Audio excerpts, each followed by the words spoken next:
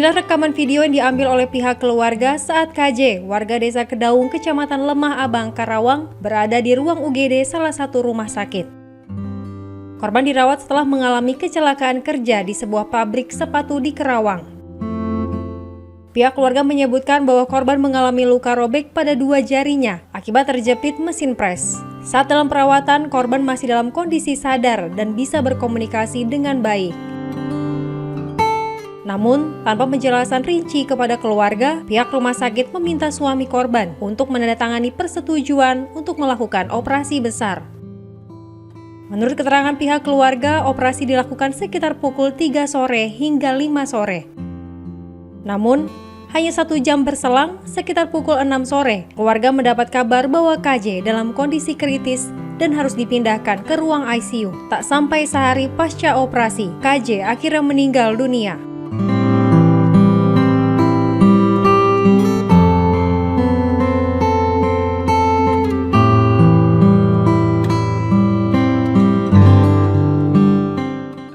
Kronologis kejadian di rumah sakit, pertama saya dapat kabar dari adik saya nih, suaminya, kalau adik saya kecelakaan di PT, kecelakaan kerja.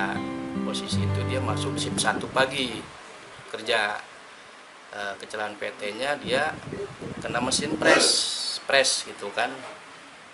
Posisi kerja, tangannya ke mesin pres kejepit. Nggak tahu mesinnya apa, air atau gimana, kita nggak tahu lah. Intinya awal cerita di situ dia kecelakaannya.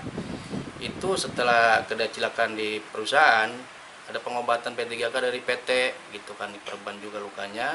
Setelah itu tindakan ke rumah sakit Fikri Medika yang di Kosambi. Posisi dapat gitu, saya kabar, saya langsung ke rumah sakit jam 9. Di rumah sakit kondisi adik saya ada di IGD. Waktu itu saya langsung lihat kondisinya. Yang saya lihat lukanya juga, kalau lihat dari luka bekas kecelakaan sih menurut saya sih sebenarnya nggak terlalu parah Pak ya.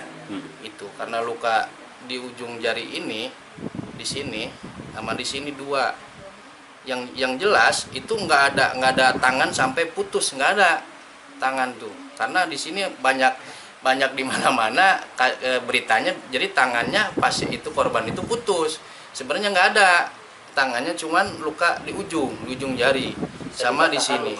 Iya, dinyatakannya kemungkinan menurut saya mah orang lembur lah, luka ringan lah gitu kan istilahnya. Itu ditindak di rumah sakit, di IGD, dikasih obat alergi juga, penanganan, terus pernah rongsen juga dari rumah sakit. Rumah sakit juga ngasihin rongsenan tangan, cuman ngasihin doang, nggak ada kejelasan dari dokter. Kenapa kejelasan ini rongsenan ini hasil rongsenan atau apa, kita nggak tahu pihak keluarga karena nggak dijelasin, hanya sekedar dikasihin aja hasil rongsenan. Jam 10-an itu ada pemberitahuan dari suster di rumah sakit bahwa mau tindak operasi adik saya gitu. Nah di situ juga saya sebenarnya kaget, kok mau ditindak operasi gitu, kenapa nggak dari pagi informasi ke keluarga bahwa mau tindakan operasi, kayak ngedadak gitu ya. Tapi keluarga tidak minta dioperasi Pak? Saya dari keluarga nggak minta operasi sama sekali gitu, karena lihat lukanya aja saya pikir itu hanya luka ringan lah Pak ya, karena ujungnya aja segini, itu nggak ada sampai ini sampai remek, nggak ada sampai ini sampai putus, nggak ada, karena luka ujung aja. Karena pikiran saya mungkin ya luka ringan, pangin pengobatan ya nggak taruh inilah gitu kan. Itu jam 10 disuruh operasi, puasa lah adik saya dari jam 10 pagi sampai jam 3. Tindakan operasi itu jam 3 kurang 1/4 tindak operasi. Itu yang pertama yang nungguin adik saya ini suaminya, karena saya juga kondisi posisi itu keluar dulu, nggak dari rumah sakit. Jam 3 saya ke rumah sakit, lihat kondisi, lihat tindakan operasi, karena kita keluarga nggak ada satupun yang menyaksikan operasi di dalam bagaimana, kita kan tahu ya, nunggu di luar lah di ruangan.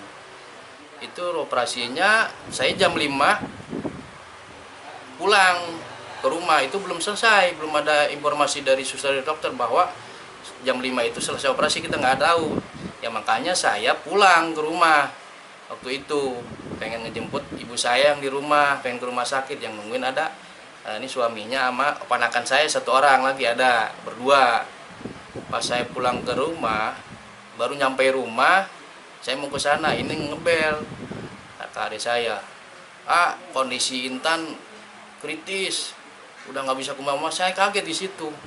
Makanya saya cepet, kok bisa kayak gini, kritis gini. Ada ruang ICU, ini nangis udah kondisi ulah, pokoknya nggak karuan lah.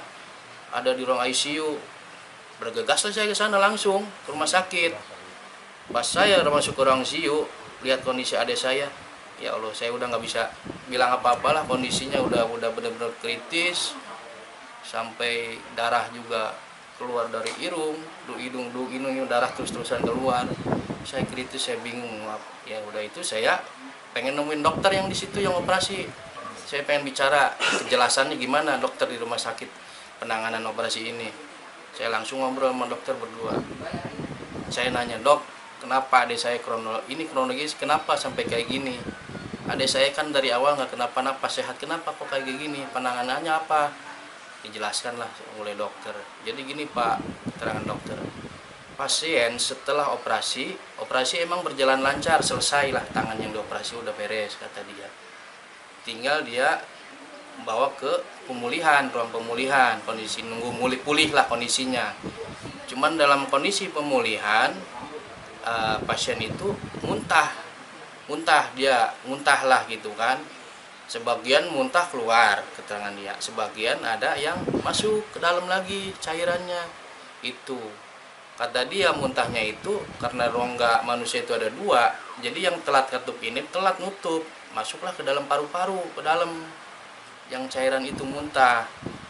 Dokter juga udah bertindak biar ngeluarin itu yang muntahan yang dalam itu, udah disedot juga kata dia, udah disedot juga. Saya bilang, itu dok muntahannya apa, darah apa air? Saya bilang.